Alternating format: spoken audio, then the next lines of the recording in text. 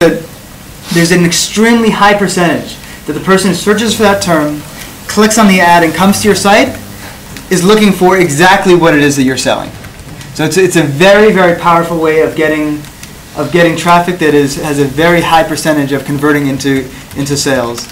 And depending on the area, the prices you can pay for it fluctuate tremendously from as little as a penny up to $18 or so for getting a single visitor to the site. So let's go ahead and actually look at what it takes to go ahead and create an ad. This is basic ad creation on Google. You go ahead and they have you break down your ads into campaigns, and then within the campaigns into ad groups. And each ad group has an ad group in Google is simply you have an advertisement and you have the various keywords that whenever one of these keywords is put in by a searcher, that advertisement is going to come up. And you can go ahead and you can choose the language you want it to be in. You can choose the countries and territories. One of the important things about the pay-per-click is, especially on Google, is you can choose the area that the searcher has to be coming from. Now, it's important to keep this in mind because when I put my I only sell my products to America. Therefore, if somebody goes onto Google and puts in a term that I'm advertising on in Israel, you're not going to see my ad because I specify that the ad should only come up if somebody searches from America. So you're able to make those choices, but it's very important to keep that in mind when you're searching from Israel. If you want to look at what's your competition looking like, if you go ahead and put a term into Google and search, the free results should be the same in America and in Israel. But the paid advertisements will be very different because most advertisers, if they're not actually selling in Israel, are not going to have their ad display in Israel. So we do something called cloaking. You can go to the-cloak.com or another website that does this. It gives you an anonymous IP address so people can't tell where you're browsing from, and then you will be able to see the ads that come up. Why don't you give a quick example? The cloak is actually opened up on this. All right. So what's so here we go. We had the term steaks being searched here. That I don't even know what that is.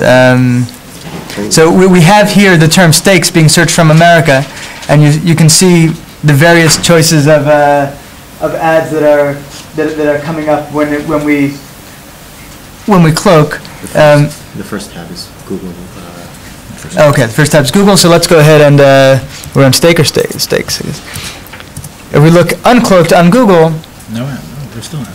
Suddenly we see the top ad on steaks is PETA, which meat food treat those you eat, go vegetarian. So whereas on the closed results was people who are paying all people who are selling steaks. If you're selling steaks and somebody's searching for the term steaks, you're willing to bid a lot for that term. If you're not selling steaks, for the PETA, they're probably only paying a few cents per click because they don't really have any competition in the steak market in Israel, so they go worldwide to spread their message. But they're actually probably not paying anything per click because if I'm looking for steaks, I actually want to buy steaks. I don't want to lynch people who are trying to buy steaks. So if you look in the cloak there, you're not going to see PETA anywhere near the top. Yes. But there's no difference in the free listings. In the free mostly no difference. Exactly. It will change a little bit. That's the next presentation. So I'm speaking specifically on the paid advertisements, and then we'll go into the free results. All right. Back to our PowerPoint already in progress. Okay. So actually, yes. What if I go to the $100 lawyer ad and just keep clicking them for fun? Will it know that it's always from the same IP address? So that's what we call click fraud. Click fraud is definitely an issue to be concerned about. Not that many people are concerned about you going to $100 lawyer guy, but lawyer number two might be clicking on the first lawyer's advertisements. And there are real issues with click fraud. All of the companies are set up to catch a certain amount of click fraud and refund you if they see it going on. But really, the techniques they use for catching it are not all that sophisticated, and there are better software platforms out there for stopping click fraud. If you're in an industry where it's a real concern, it's worth investing money into a software platform that's going to help you catch other people who are trying to run up your budget. The latest surveys are that 25 to 50% of all clicks on the internet are a result of click fraud. Wow. That's pretty high. That's a lot. Probably a lot worse for you than for me. That's true. He's in a much bigger click fraud area. Okay, the typical ad. This is the Google ad. The Google ad. They like this little luxury cruise to Mars. Mars example. The headline can be 25 characters. That's the part that comes up here, underlined in blue. The description can be 35 characters each. That's these two lines here. And then you have the display URL, which is your example.com, and then the actual URL. The display URL can be up to 35 characters, but an actual URL can be up to 1,024 characters. You often have a lot more things in a URL than can fit in the display URL space, so you can go ahead and use the display URL to have a truncated version of what your actual destination page is. I feel very strongly that when you have this, it's not 3 lines of advertising and 1 line of URL. It really can be and should be 4 lines of advertising. And there are many ways of using the URL line as a line of advertising itself. It could be, for example, they have here example.com. There's enough room there to have example.com/free shipping if you wanted to put that into the address. You could go ahead and I've personally used the technique of registering many different domain names that actually go to similar pages, that each domain name relates to a specific keyword that are very popular and that people very commonly search.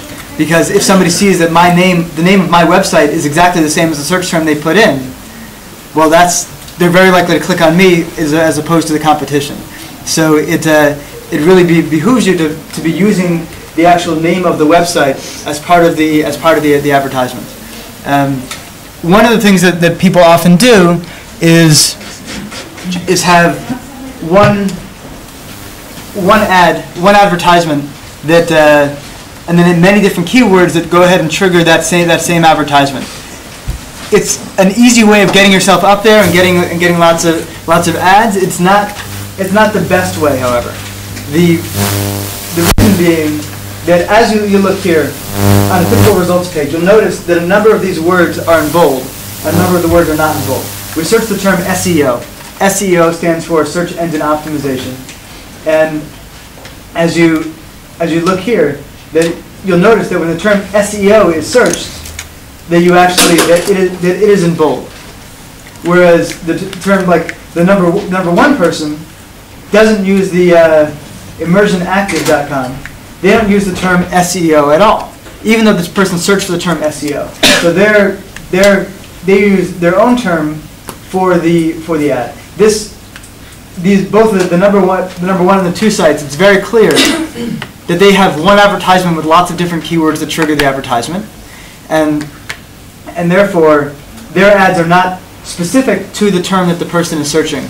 Whereas in some of the other ads, you'll notice that they actually go out of their way to put the actual search term itself into the advertisement, and those ads actually get the term bolded, which makes it more likely that they're going to be clicked. The eye is immediately drawn to it. They see this ad has exactly what I'm looking for, because that term comes up. Another one you'll notice right here, a 24/7 search. The only headline is the only thing on the title bar is the term SEO. That's a dead giveaway that they're using what you call a dynamic insertion tool. That there's a tool that lets you, as I was saying before, you get one ad. You can create one ad with many different keywords. You can actually tell it to whatever the keyword is that is searched to insert that into the title. So here we have somebody who is clearly using that keyword is inserted into the title. But the downside is that they have a 3-word title, the 3-character title.